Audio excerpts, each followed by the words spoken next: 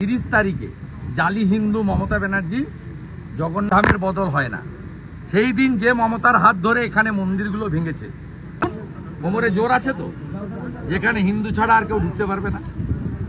পুরীর গেট এই সামান্য ক্ষতিপূরণ প্রসন্ন সাহা সবাইকে ক্ষতিপূরণের চেক দিলেন, মন্দিরগুলো গড়ার আশ্বাস দিয়ে গেলেন। মন্দির গড়া শুরু হচ্ছে 30 তারিখ। আপনি আবার কবে? কর্মীদের হাত লেগেছে, পরিষ্কার করা হবে, গঙ্গা জল দেওয়া হবে, গোবর ছেটানো হবে, পুরোহিত থাকবে। 9টা মন্দিরেই 30 তারিখে জালি হিন্দু মমতা ব্যানার্জি জগন্নাথ ধাম কালচারাল সেন্টারের নামে সরকারি টাকায় যে মহোৎসব করছে, পুরী ধামের বদল হয় না।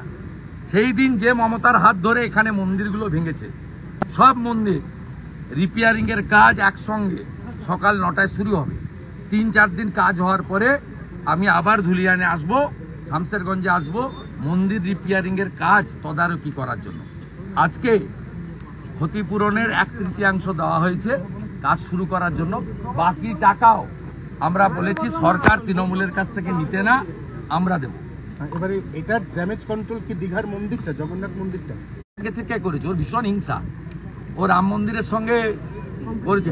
ওর বলছি তো, যদি পুরী ধাম করতে চান, পুরী ধামের গেটে লেখা আছে হিন্দু ব্যতীত সকলের প্রবেশ নিষেধ। আমরা দেখতে চাই জগন্নাথ গেটে লিখুন, কোমরে জোর আছে তো, যেখানে হিন্দু ছাড়া আর কেউ ঢুকতে পারবে না। পুরীর গেটে কিন্তু লেখা আছে 4টে ভাষাতে, যেখানে সনাতন ধর্ম হিন্দু ছাড়া বাকি সকলের প্রবেশ নিষেধ।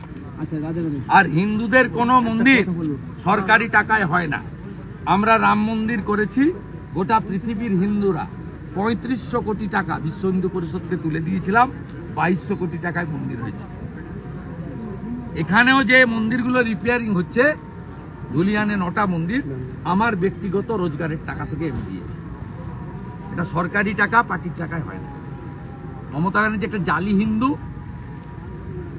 রাম মন্দির উদ্বোধনের দিন কলকাতায় পার্ক সার্কাসে মিছিল করেন, মহাকুম্ভকে বলেন মৃত্যুকুম্ভ, আর প্রকাশ্যে বলেন গন্ধা ধর্ম।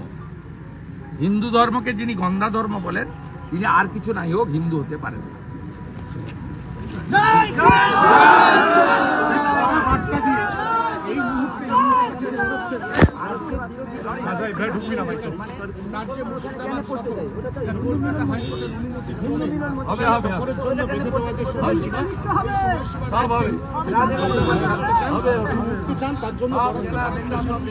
এবং ঠিক সেই কারণেই প্রথমে শামশেরগঞ্জ, তারপর